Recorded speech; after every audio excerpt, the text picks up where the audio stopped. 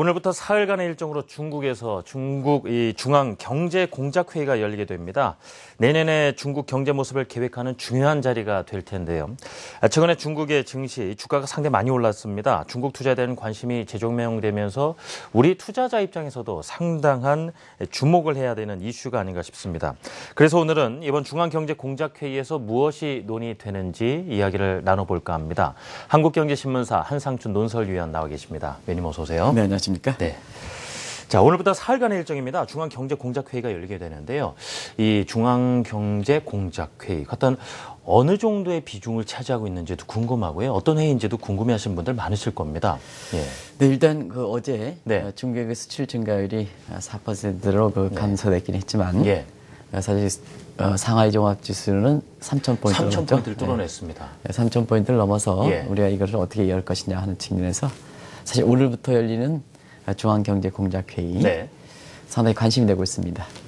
중국은 사실 세 가지 중요한 연례 행사가 있죠. 그러니까 3월 달에 있는 전인대 아실 겁니다. 한국경제 TV를 통해서도 이날 있을 때는 많은 사람들이 얘기하고요. 네. 그다음에 10월 달에는 4중 전에 우리가 2달 전에도 알아봤죠. 그리고 이제 12월 달에는 중앙경제공작회의 이렇게 하는데요. 네. 이거는 우리나라의 거시경제 운영정책 회의다 이렇게 보시면 됐습니다. 그래서 3월 달에는 전인대를 통해서 전국 인민위원들이 전부 참여하는 자리를 갖습니다는 네. 그 중에 아주 핵심 인물만 12월 달에 있어서 내년도에 밑그림을 그린다 이렇게 보시면 됐습니다. 그런 상태에서 이번에 중앙경제공작회의에서 내년도에 밑그림을 그리면 네. 내년 3월에 전인대에서 공식적으로 확정된다 이렇게 보시면 되는데요. 이번 경제공작대회에서 새로운 용어가 있어요. 네. 신창타이. 신창타이요? 예. 신창타이라는데요. 네. 신창타이 시절에 사실 중국의 경제정책의 밑그림을 어떻게 그릴 것이냐 하는 이런 측면이 상당히 관심이 되고 있고, 중국도 이 5개년 계획, 이게 5년마다 끊어서 하는 계획이거든요. 그런 측면에서 볼 때는 올해가 이번 차수의 마지막 회의이기 때문에 내년부터는 또 새로운 이렇게 5년 차를 맞거든요. 그런 측면에서 보면 사실 중장기 계획, 그 다음에 단기 내년 계획 전부 다 이렇게 관심이 되고 있다 이렇게 보겠습니다. 예. 자, 이 무엇보다도 전체 내년의 경제 밑그림을 그리는 자리다라고 말씀해 주셨고요. 그러면서 신창타이의 어떤 정책 목표를 확정하는 자리다라고 말씀해 주셨는데요. 신창타이의 정책 목표라는 것이 어떤 것을 말하는 건지요, 위원님? 시진핑이 네. 이제 이게 앞으로 중국 경제는 신창타이 시대를 맞을 것이다 하는 이런 얘기를 했는데요. 아마 컴퓨터께서 한자를 보여주시면 네. 뉴노멀이다 이런 표현을 쓴다 이렇게 볼 때 있습니다. 그래서 대체로면 뉴노멀 시대 중국 경제가 이렇게 접어들다 보니까 네. 종전처럼 성장 전략 또 이렇게 거시경제 목표를 가져가기에는 상당히 좀 어렵지 않겠나 이렇게 이제 보고 있는데요. 그런 측면에서 이제 자막이 나오죠. 이렇게 해서 이제 앞으로는 중국이 고성장을 가져가지 않는다. 그래서 지금 세계 경제가 저성장을 이렇게 국면에 들어가고 있습니다는 중국 경제는 발전 단계에서 보면 사실상 저성장되면 조로와 문제가 조기에 봉착할 수 있기 때문에 중속 성장 시대로 간다 이렇게 보겠습니다. 그래서 사실 경제공작회의에서 이렇게 얘기하는 거 보면 우리나라도 거시경제정책회의에서 4대 목표가 이렇게 얘기하죠. 근데 이제 중국 같은 경우에는 사실상 실업률은 잘 발표하지 않습니다. 그리고 국제 수준은 항상 흑자가 되니까 이 문제는 여기서 거론되지 않거든요. 예. 그래서 통상적으로 4대 거시경제 목표로 하면 시청자 여러분도 잘 아시겠지만은 성장률과 물가, 그 다음에 실업률과 국제 수지 이렇게 얘기하는데요. 중국은 거시경제공작회의, 즉 중앙경제공작회의에서 네. 대체로 보면 2가지 내지는 서너 가지 세부 지표. 그래서 거시경제 목표에서는 2가지만 발표한다 이렇게 보겠습니다. 그중에 이제 여기 컴퓨터께서 보여주시죠. 내년도의 성장률, 올해 7.5% 목표 성장률, 네. 계획경제이기 때문에 목표 성장률입니다.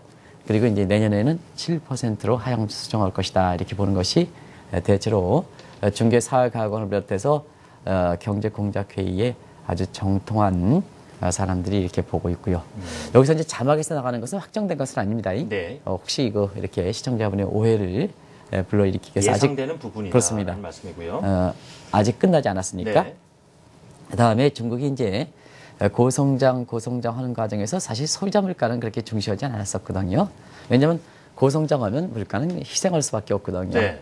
그래서 사실상 그 소비자 물가 상승률에 큰 의미를 부여하지 않고 있습니다는 신창달 시절에 성장률을 이렇게 낮게 하면 아무래도 국민 입장에서는 물가가 중요할 수밖에 없습니다. 그런 측면에서 물가 관련해서 이번에 중앙경제공작회의에서 같이 웨이트를 주는 게 하나의 특색이다 이렇게 되는데요. 예. 그동안은 올해 같은 경우에는 3.5%가 소비자 물가 상승률 목표치였죠. 그러면 내년도에는 3%대로 이렇게 떨어뜨린다 이렇게 됐습니다. 그리고 어제 연일 관심이 됐던 것이 네. 중국의 그 수출 증가율 아니겠습니까? 예. 이 수출 증가율이 많이 떨어졌다 하는데요. 내년도 같은 경우에는 올해 7.5%에서 사실상 7%대로 떨어뜨린다 이렇게 됐습니다. 전체로 놓고 본다면 중속 성장에 맞는 거시경제 틀이 뭘까 했을 때는 사실 축소 균형을 한다 이렇게 보시면 됐습니다. 그래서 내년도에 내가 왔던 예상대로 이렇게 네. 중앙경제공작회의에서 4월에 끝나서 이렇게 확정되면 전체적으로 보면 축소 균형을 하는 것이 중국 경제의 내년도의 거시경제의 어떤 큰 그림이다. 네. 이렇게 이해하시면 되지 않냐 생각합니다.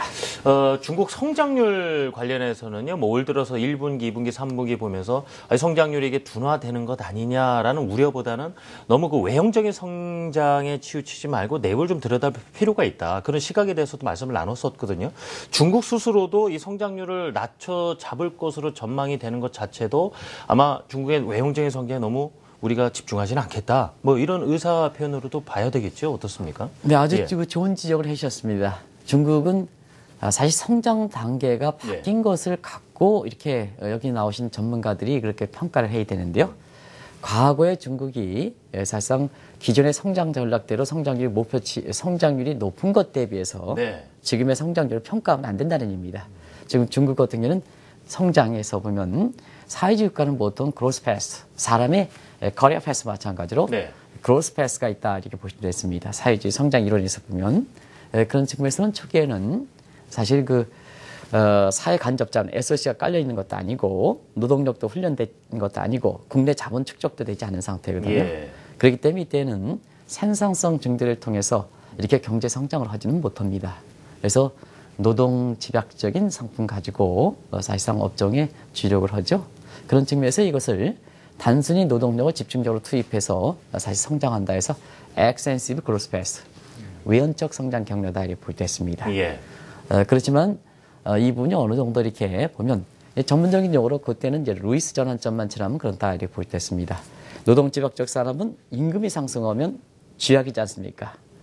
경쟁력이 급속히 떨어지지 않습니까? 네. 그런 측면에서는 임금 상승이 올라가지 말아야 되는데요. 사실 초반에는 농촌에서 그 노동력이 집중적으로 이렇게 도시로 공급되기 때문에 사실 이때는 임금 상승이 되지 않습니다. 그러나 특정 부분 루이스 전환점 지나면 노동력 공급이 더 이상 되지 않을 때는 네. 사실 그때는 임금 상승이라든가 이 임금 상승뿐만 아니라 아파트 부동산 가격 상승, 세제 상승, 땅값 상승, 경우에 따라서 위안화 절상 이런 고비용 저율 체제가 급속히 이렇게 정착되면서 네. 위헌적 성장 단계에서 주력 산업들의 어떤 경쟁력이 많이 떨어질 수밖에 없거든요. 그 다음 단계에서는 사실 이제는 노동력을 집중적으로 투입하는 것이 임금 상승과 이외의 생산 비용을 많이 증가하기 때문에 기업 경영자 입장에서는 아무래도 노동력 투입해서 생산성을 증대시키는 노동 집약적 산업의 생산을 증대시키는 이런 쪽의 전략은 취하지 않을 겁니다. 그래서 지금은 한 사람 단위당 자본의 단위당 생산성을 증대시키는 소위 솔로의 생정 모델에서 보면 네. 체화된 기술 진보. 그러니까 효율성 증대, 생산성 증대. 네. 노동력을 투입하는 게 아니라 한 사람 투입해서 얼만큼 많이 생산하느냐 하는 내연적 성장 단계로 간다 이렇게 보겠습니다. 지금은 내연적 성장 단계이기 때문에 중국이 과거처럼 고도 성장해서 경제 성장률이 떨어지면 성장률을 막 끌어올리면 네. 어떤 문제가 발생하냐면 경제적으로 보면 이코노믹 렌트, 즉 경제 지대가 형성되기 때문에 사실 이 내연적 성장 단계에서 가장 중요한 것은 R&D 지출 있지 않습니까? 그러니까 R&D 지출은 시간을 요하는 문제란 말이에요, 성과를. 근데 지금 어렵다고 김 앵커한테 네. 갑작스럽게 경기부양책을 해서 혜택을 주면 예. 지효성 있는 R&D 지출 이쪽 부분에 의욕이 꺾인단 말이에요. 들어가 있는 사람은. 네. 이건 열심히 해서 좀 시간을 걷고 이렇게 돼야 되는데 그런 측면에서 보면 경기 부양을 한다 하더라도 사실상 경기 사이클상의 미스매치 부분, 과거처럼 성장률을 쭉 끌어올리는 게 아니라 시청자분들 한번 보시기 바랍니다. 경기 부양책 한다 그래서 성장률을 쭉 끌어올린다 이렇게 얘기하시는 분이 아니고 사실 2단계에서는 비즈니스 사이클상의 미스매치 부분만 이렇게 극복하는 식으로 부양책을 추진한다 이렇게 보겠습니다. 그래야지 R&D 지출, 생산성 증대, 효율성 증대 네. 이쪽 부분에 사실 자원이 투입될 수밖에 없거든요. 또 그쪽에 있는 사람들 인센티브가 약화되지 않거든요. 그런 측면에서 보면 단기 부양책 하더라도 그렇게 과거처럼 시원하게 성장률을 끌어올리지는 않는 것도 바로 지금의 성장 단계가 이렇게 낮아졌기 때문에 그런 측면에서 사실 고성장보다는 중속성장으로 간다. 이렇게 볼 수 있습니다. 정말 진정한 성장의 의미가 무엇이냐. 내실을 다지고 또 효율성을 끌어올려야 되는 그런 단계에서 중국 역시도 그런 의지를 엿볼 수 있는 것이 그래서 더더욱 올해 10월에 이 사중전회가 열렸을 때 시진핑 국가주석이 강조했던 부분도 바로 부패 척결에 대한 부분이었거든요. 이번에 이 중앙경제공작회의에서도 그런 의지가 충분히 반영이 될 만한 정책들이 많이 나오겠습니다. 네, 세부적인 내용들 이렇게 대충 나왔는데요. 네. 그 내용을 보면 대부분 다 법치주의 확립, 공정한 경쟁기업 확립, 그 다음에 부정부패 척결 이렇게 해서 저도 어제 신문에 나온 거 보고 깜짝 놀랐습니다. 자오조이피인가요? 그분이 이거 척결했는데요. 그렇게 중국 사람들은 그렇게 몇 조씩 부정부패합니까? 그래서 금액이 상상을 초월합니다. 어쩌고 그래서 저도 개인적으로 보면 이렇게 이렇게 상당히 부러운 내용도 있었고 그 다음에 사실상 그런 것이 계속될 때는 사실상 그 중국 경제가 성장하지 못한다 이렇게 보겠습니다. 네. 결과적으로 보면 이렇게 내연적 성장 단계에서 가장 중요한 것은 이코노믹 리엔트, 경제적 지대, 부정부패를 척결하는 것이 가장 중요하다 이렇게 보겠습니다. 그래서 공정한 기반, 내가 뿌린 만큼 이렇게 성과를 거둬야 된다 하는 것이 내연적 성장 등의 가장 큰 중요한 요인이거든요. 네. 그러면 어떻게 되냐 하면 공무원들의 갑질을 막아야죠. 그렇지 않습니까? 공무원의 갑질이 있으면 사실상 부정부패 문제는 척결되기 어려운 겁니다. 그런 측면에서 공무원의 갑질을 이렇게 막는 방법은 시장 자율적으로 나오면 이것은 안 되는 겁니다. 왜냐하면 우리나라도 그렇습니다. 우리나라도 이제 부정부패 지수 내일 모레 소위 12월 9일 날 엔타이 커럽션 데이 반부패 데이 앞두고 아마 바로 독일의 국제 투명성교회에서 한국의 부패도 지수를 이렇게 얼마큼 높일 것인가 낮출 것인가 이 관심이 되고 있는데요. 한국도 역시 정책 단계에 이렇게 갑질 부분이 있기 때문에 부정부패 문제가 경제 발전 단계에서 오히려 올라가는 이런 사태가 발생하는 거거든요. 그런 측면에서는 이럴 때 가장 중요한 것이 역시 법치주의를 확립하는 거다 이렇게 보시면 됐습니다. 사실 중국이 법치주의를 확립한다 하는 것은 한국이 더 이렇게 강조해야 되는 게 아닌가 생각합니다. 법을 만드는 국회의원분들이 내 이해관계에서 법을 획가닥 바꾸는 일이 지금 많은데요. 그러면 절대적으로 부정부패는 척결되지 않는다. 그러면 경제는 질서가 형립되지 않고 질서가 형립되지 않으면 사실 누구나 지금 현행법에 대해서 믿고 쫓아가는 사람이 어딨나 하는 것을 우리가 한번 근데요. 중국이 바로 이 문제를 정리한다 이렇게 됐습니다. 그래서 아마 이번에 중앙경제공작회의에서는 사중전에서 이렇게 강조한 법치주의, 부정부패 척결 문제 이걸 구체화하기 위한 세부적으로 구체화하기 위한 내용들이 사실 세부안에 담고 있다 이렇게 됐습니다. 결과적으로 뭐냐? 법치주의 확립하면 법에 평등하다. 그러면 뭐냐? 내가 노력한 만큼만 가져간다. 그러면 사회적으로 보면 내가 노력한 만큼 가져가니까 누가 손해보고 누가 이득을 본다 하는 그 관념이 저렇다. 그러면 능력사회 된다. 능력사회가 되면 사실상 투명한 사회가 된다는 의미입니다. 결과적으로 보면 내연적 성장 단계에서 가장 중요한 것은 투명한 사회가 돼야 된다. 지금 한국 같은 경우는 당리당략, 각계 이해계층 서로가 이렇게 노력하더라도 그거에 대해서 응분의 대화도 못하고 오히려 사실 법을 따르는 사람들이 오히려 좀 손해를 보는 게 아니냐 하는 이런 시각들은 사실상 시장 경제를 이렇게 하고 법치주의를 강조하는 그런 측면에서 보면 법을 만드는 국회의원분들이 한 번 정도는 곰곰이 새겨볼 대목이 아닌가. 사회주의 국가에서도 법치주의 확립해서 경제를 성장하는 이런 단계를 아주 주력하는 것은 사실 우리에서 많은 시사점을 던져주는 것이 아닌가 생각됩니다. 그렇군요. 지금 이번 회의에서 과연 그 내년 성장률을 얼마나 낮춰 잡을 것인가 상당히 주목하시는 분들이 많으실 텐데요. 왜냐하면 최근 중국 증시가요, 그 상승폭이 가파르다 못해 거의 수직 상승이라 표현할 정도로 앞서 이제 3,000포인트를 돌파했다는 말씀도 드렸습니다만, 증시에는 어떤 영향을 줄 것인가 하는 부분인데, 오히려 그 악영향을 미칠 것이다라는 예상은 거의 안 하는 것이 좋지 않을까, 지금 분위기 봐서는요. 네, 예. 사실 이렇게 우리가 중개 발전 단계가 이행되는 걸 갖고 예. 우리가 중국 증시를 이해해야 된다는 얘기입니다. 어제도 중국의 수출 증가율이 떨어지다 보니까 악재다이라는 표현을 쓰는데요. 사실상 그렇습니다. 중국이 수출 증가라든가 이런 것을 일정한 틀에서 조율해 나가는 것을 좀 살펴볼 필요가 있거든요. 예를 들어서 지금 전 세계가 저성장 국면이 되는데 중국만 홀로 청청 수출을 증대시킨다 하면 사실상 국제 통상 마찰이라든가 여러 가지 위안화 평가 절상과 관련된 마찰이 많이 불러질 수밖에 없기 때문에 네. 사실상 그런 것을 조율해 나가는 것이 대외경제 정책의 가장 중요한 내용이지 않습니까? 세계가 지금 저성장인데 홀로 도야청청한다 하면 중국 경제 입장에서 바람직스러울까 하는 이런 측면에서 사실상 한번 지표가 단순히 나빠진다 해서 그것이 증시의 악재다. 그럼 악재라고 얘기하는데 왜 중국 경제는 저렇게 우리 권 PD께서 3020을 좀 돌파하지 않습니까? 네. 어제 모두가 수출 증가율이 악재다 이렇게 얘기하는데요. 그런 측면에서 중국의 경제 발전 단계에서 지표를 중국 정부의 의중을 그렇지 않습니까? 지금은 인당 GDP가 7,000달러가 되는데요.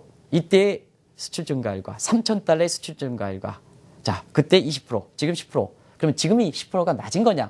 절대 그렇지 않다는 얘기입니다. 예. 낮은다. 단순히 비교 지표는 안 된다. 그러면 지금같이 이렇게 상해 종합지수가 이렇게 빨갛게 나오는 것을 이해하지 못하자 이렇게 보시면 되는데요. 어느 데 중점을 두느냐 하는 것을 좀 이렇게 판단해서 지표를 보는 시각이 중요하다 이렇게 볼 때 있습니다. 그런 측면에서 전체적으로 지표가 좀 떨어지더라도 사실 질적인 지표는 상당히 개선되고 있다. 중국의 질적인 지표요. 네. 질적인 지표가 지금 굉장히 빨리 개선되고 있습니다. 그리고 글로벌 사회에서는 대외적으로 위안화 국제화제가 속속 가시적인 성과를 거두고 있고 또 외국 입장에서 보면 자 중국의 법치주의, 투명도 떨어지는 부분 부정부패는요. 자 김 PD께서 중국에 투자했다. 부정부패는 어떠냐 하면 사실 내 자금을 어디 갔는지 네. 구름처럼 가리는 것이 부정부패다. 우리가 그렇지 않습니까? 사람이 남한테 돈을 꿔주면 그 돈이 어디가 있는지 행방이 정확하면 사실상 나는 안심할 수가 있습니다. 투명해야죠. 투명했습니다. 예. 근데 만약에 내 돈을 이렇게 꿔줬는데 사실상 거기에 어디가 있는지 모르겠다. 내 행방이 어디가 있다. 그러면 굉장히 돌려받을 수 있을까? 그러면 굉장히 불안하죠. 그게 크레딧 문제입니다. 신뢰도 문제.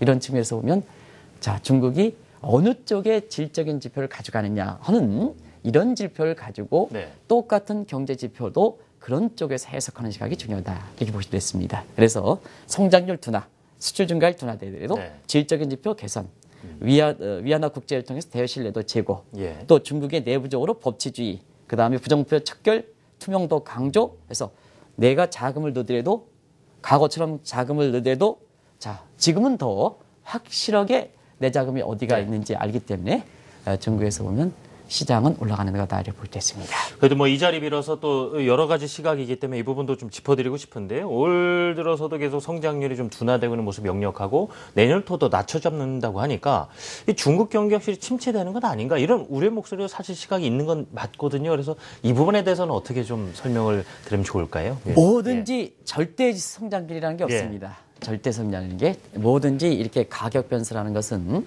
사실상 아무리 저성장이라 해도 성장률의 격차가 벌어지면 거기에 자금이 왔다 갔다 하는 거에서 스윙이라는 변수가 나타나거든요. 네. 다만 이제 절대적인 스윙이 떨어진 상태는 하향 평준화되는 그런 측면이 있죠. 그런 측면에서 지금의 중국 경제가 3, 4분기에 7.3%를 어떻게 이해하느냐 하는 시각은 자 과거에 세경제 성장률의 평균이 5%였습니다. 지금은 세경제 성장률이 3%가 됐습니다. 네. 저성장입니다. 네. 그래서 전체적으로 성장이 떨어졌다. 전체 평균 이하로 떨어졌을 때는 그 문제다. 근데 지금 뭐냐면 전체적으로 떨어졌다는 얘기입니다. 전체적으로. 그런 상태에서 중국만 7%, 중국만 생각하면 7%가 떨어진 건 사실입니다는 네. 전 세계 모든 국가에 떨어졌으니까 상대 비교로 봐야 된다는 얘기예요. 상대 비교. 그런 측면에서 중국의 7% 성장률은 다른 국가의 성장률 하락폭보다도 그렇게 나쁘진 않다는 걸 말씀드립니다. 이를 단적으로 보면 지금 가장 잘 나간다는 경제가 미국이니까 물론 발전 단계에 따라서 다르긴 하지만 2%고 중국 경제 성장이 7% 아닙니까? 그러면 중국이 계속해서 경제 위상이 높아지는 것도 그런 측면을 봐야 된다. 이렇게 보시면 되겠습니다. 그래서 절대 비교는 하지 마시고 전 세계가 성장이 낮아진 속에 그러면 그 정도는 낮아져야지 같이 가장 낮아져야죠. 그런 측면에서 중국 경제가 어떤 위상을 차지하고 있는가 하는 쪽을 봐야 그래서 중국 경제의 정확한 그 위상을 알 수가 있고 그걸 토대로 해서 왜 주가가 이렇게 변동하고 있는지 알 수가 있다 이렇게 보시면 되겠고요. 그 대표적인 것이 상대 비교를 이렇게 보는 것이 위안화 문제다. 지금 시청자 여러분께서는 저 미국 경제가 잘 나간다고 얘기하시죠. 홀로 독야청청. 중국 경제가 자꾸 경제 침체된다 그러죠. 근데 위안화는 1달러에 6.12 이렇게 해서 거의 변동이 되지 않고 있습니다. 그런 측면이 이게 상대 비교로 그렇게 알 수 있는 지표가 환율 변수인데요. 환율 변수가 거의 변동되지 않고 있다.